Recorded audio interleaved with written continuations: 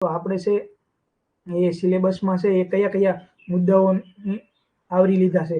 તો આપણે છે આ સિલેબસ પ્રમાણે જે MCQ છે એમની જે પેટર્ન છે એક્ઝામની, એને જે જૂના એક્ઝામના ક્વેશ્ચન પૂછાઈ ગયા છે એ બધું જોઈ અને એ પ્રમાણે જ આપણે MCQ અને તેનું આખું એનાલિસિસ, કોર એનાલિસિસ છે એ કરશું.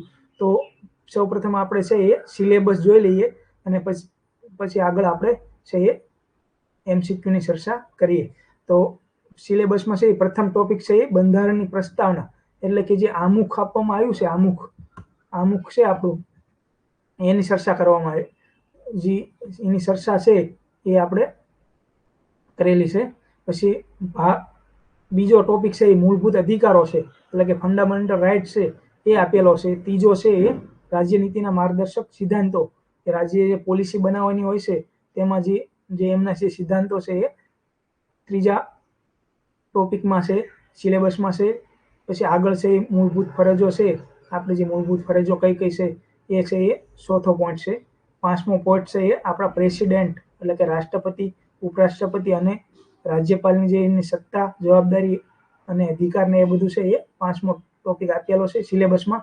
અને આગળ જોઈએ તો સંસદીય પ્રણાલીની આખી છે કેવી રીતે છે એ છઠ્ઠો ટોપિક છે. પછી બંધારણીય સુધારાઓ છે, ભારતીય બંધારણમાં કટોકટીની જોગવાઈ એ સાતમો ટોપિક આપેલો છે. પછી કેન્દ્ર અને રાજ્ય વચ્ચે સંબંધ છે એ આઠમો ટોપિક આપ્યો છે. પછી ભારતીય બંધારણની ન્યાયિક વ્યવસ્થા છે એ નવમો ટોપિક છે. અને બંધારણીય સંસ્થાઓ જે કોન્સ્ટિટ્યુશનલ બોડી છે એ 10મો ટોપિક. આમ 10 ટોપિક છે એ આપણા સિલેબસમાં આપવામાં આવ્યા છે. તો આ સિલેબસને અનુરૂપ સિલેબસની જે સીમાને આપણે ઓળંગ્યા વગર છે એ ટેકનિકલ એક્ઝામને લગતા કાયમ છે એ 5 થી 10 MCQ ને આપણે ચર્ચા કરીશું. તો આપણે જોઈએ MCQ. તો પ્રથમ MCQ છે કે ધાર્મિક સ્વતંત્રતાના અધિકારનો ઉલ્લેખ બંધારણના કયા અનુચ્છેદમાં કરવામાં આવ્યો છે? તો ધાર્મિક સ્વતંત્રતાના અધિકારોનો ઉલ્લેખ બંધારણના કયા અનુચ્છેદમાં કરવામાં આવ્યો છે? તો એનો સાચો જવાબ આવશે એ અનુચ્છેદ 25 થી 28 છે. એમાં છે એ ધાર્મિક સ્વતંત્રતાના અધિકારોનો ઉલ્લેખ કરવામાં આવ્યો છે. હવે આપણે 1 by 1 જોઈએ કે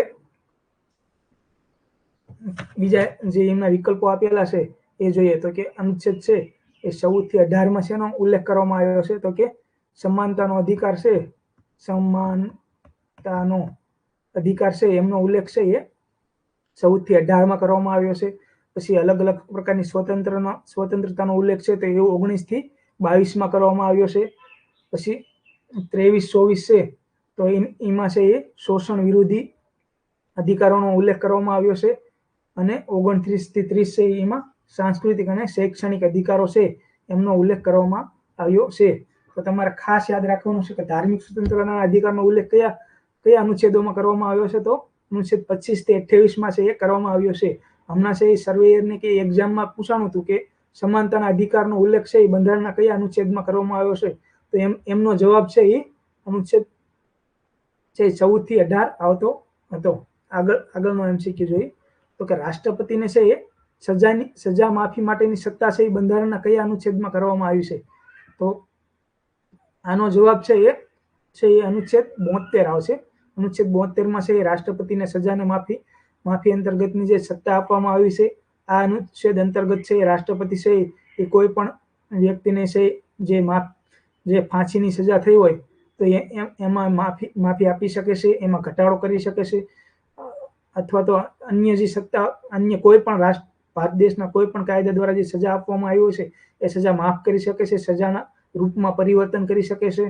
એ બધું છે એ રાષ્ટ્રપતિ છે અનુચ્છેદ 72 અંતર્ગત છે એ કરી શકે છે. પછી બીજા વિકલ્પો જોઈએ તો અનુચ્છેદ 52 છે તો એમાં રાષ્ટ્રપતિના પદની જોગવાઈ કરવામાં આવી છે. પછી અનુચ્છેદ 60 છે તો એમાં એ અંતર્ગત છે એ રાષ્ટ્રપતિને શપથને લગતા છે એ જોગવાઈ કરવામાં આવી છે કે રાષ્ટ્રપતિને શપથ કોણ લેવડાવશે એ હમણાં આપણે ચર્ચા કરીએ. પછી અનુચ્છેદ 161 છે એ અંતર્ગત છે રાજ્યપાલને છે એ સજા માફી અથવા તો એમાં ઘટાડા અંતર્ગત જોગવાઈ કરવામાં આવી છે, પણ રાષ્ટ્રપતિને છે એ ફાંસીની સજા માફ કરી શકે છે, જ્યારે રાજ્યપાલ છે એ ફાંસીની સજા માફ નથી કરી શકતા. જે તે રાજ્ય પૂરતા જે કાયદા હોય એ અંતર્ગત છે એ સજામાં ફેરફાર કરી શકે છે. તો એનો ઉલ્લેખ છે એ બંધારણના અનુચ્છેદ 161માં કરવામાં આવ્યો છે. હવે આગળ જોઈએ તો કટોકટીની જોગવાઈઓ બંધારણના કયા ભાગમાં કરવામાં આવી છે? તો કટોકટી છે એ આપણે સિલેબસમાં છે, તો કટોકટીની જોગવાઈઓ છે તો બંધારણના કયા ભાગમાં કરવામાં આવી છે? તો ભાગ 18 છે, જે એમાં કટોકટીની જોગવાઈઓ કરવામાં આવી છે.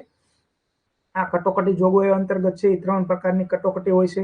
કટોકટીની જોગવાઈઓ છે આપણે જર્મની છે, જર્મની એ એમના બંધારણમાંથી આપણે લેવામાં આવી છે. 3 પ્રકારની મુખ્ય કટોકટીઓ છે. એમાં કઈ કઈ કટોકટી આવે? તો કે અનુચ્છેદ 352 છે એ અંતર્ગત રાષ્ટ્રીય કટોકટી આવે. પછી અનુચ્છેદ 356 છે તો એ અંતર્ગત છે કોઈ રાજ્યમાં છે એ બંધારણીય કટોકટી આવે. અને અનુચ્છેદ 360 છે એ અંતર્ગત છે એ નાણાકીય કટોકટી આવતી હોય છે. જે નાણાકીય કટોકટી છે એ હજી આપણે એક પણ વખત આપણા દેશમાં લાગી નથી. પછી ભાગ 3 છે તો એમાં શેનો ઉલ્લેખ કરવામાં આવ્યો છે? તો ભાગ 3માં છે એ મૂળભૂત અધિકારો છે એનો ઉલ્લેખ કરવામાં આવ્યો છે.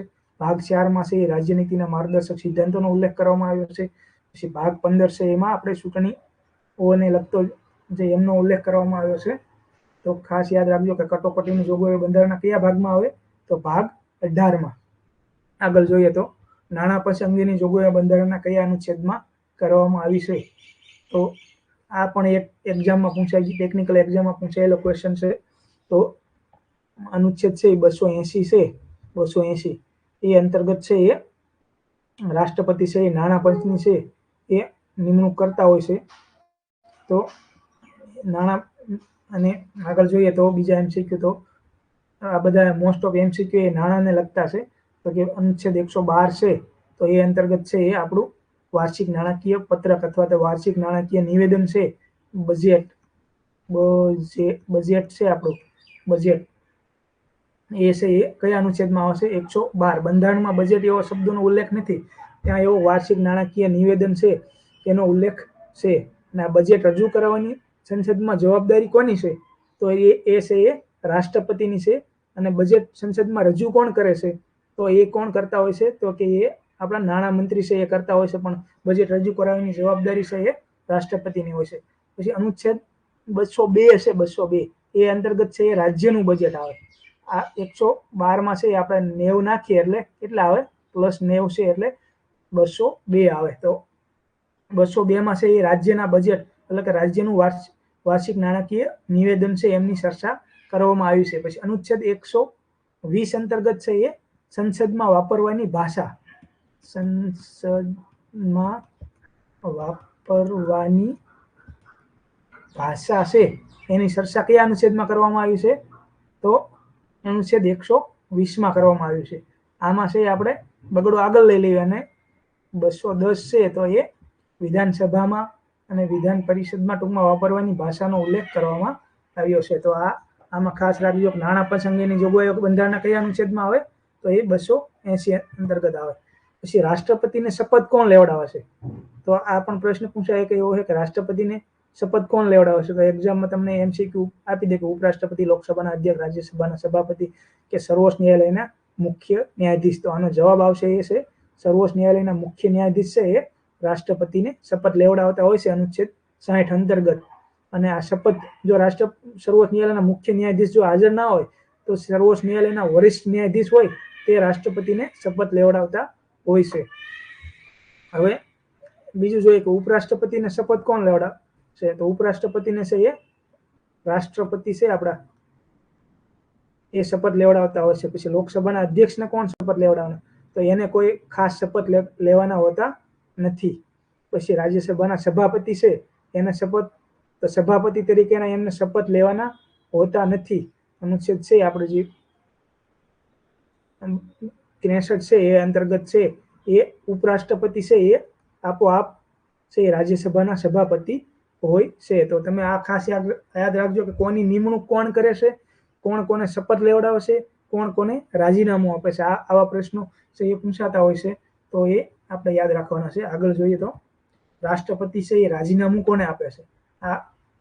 આ પ્રકારના આગળ કીધું એમ આ પ્રકારના પ્રશ્નો ખાસ પૂછાતા હોય છે.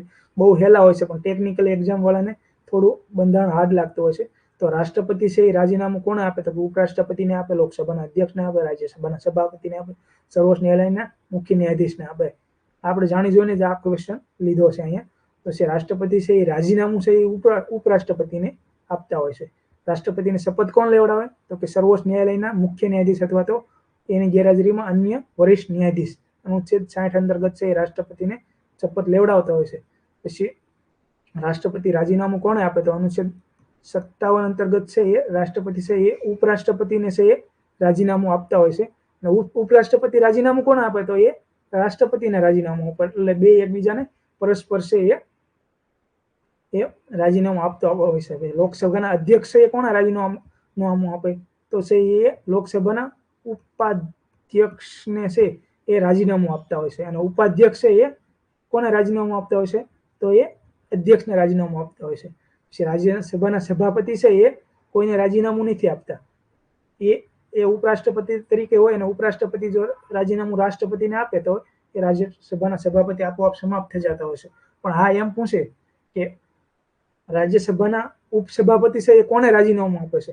તો એ છે એ સભાપતિને નથી આપતા પરંતુ ઉપરાષ્ટ્રપતિને રાજીનામું આપતા હોય છે. તો આ ખાસ યાદ રાખજો. ઉપરાષ્ટ્રપતિ જ્યારે ઉપરાષ્ટ્રપતિ છે એ રાજ્યસભાની ચેર પર બિરાજમાન થાય ત્યારે એ રાજ્યસભાના સભાપતિ હોય છે, પરંતુ રાજ્યસભાના ઉપસભાપતિ છે એ રાજીનામું કોને આપે? તો એ આપે છે એ ઉપરાષ્ટ્રપતિને આપે છે. પછી સર્વોચ્ચ ન્યાયાલયના ન્યાયાધીશ છે એ કોને રાજીનામું આપતા હોય છે? તો એ રાષ્ટ્રપતિને રાજીનામું આપતા હોય છે. હવે આગળ તો આ હતા એ છે એ આપણા બંધારણને લગતા જે સિરીઝ ચાલુ કરવાની છે એ અંતર્ગત 5-6 MCQ હતા. તો જો તમને મજા આવી હોય તો તમે આ લેક્ચર છે એ લાઈક શેર અને કરજો. અને તો આપણે છે એ આ લેક્ચર કન્ટિન્યુ રાખશું અને તમારો સારો પ્રતિસાદ મળે એવી આશા રાખું છું. આ લેક્ચર આપણે અહીંયા પૂરો કરીએ છીએ.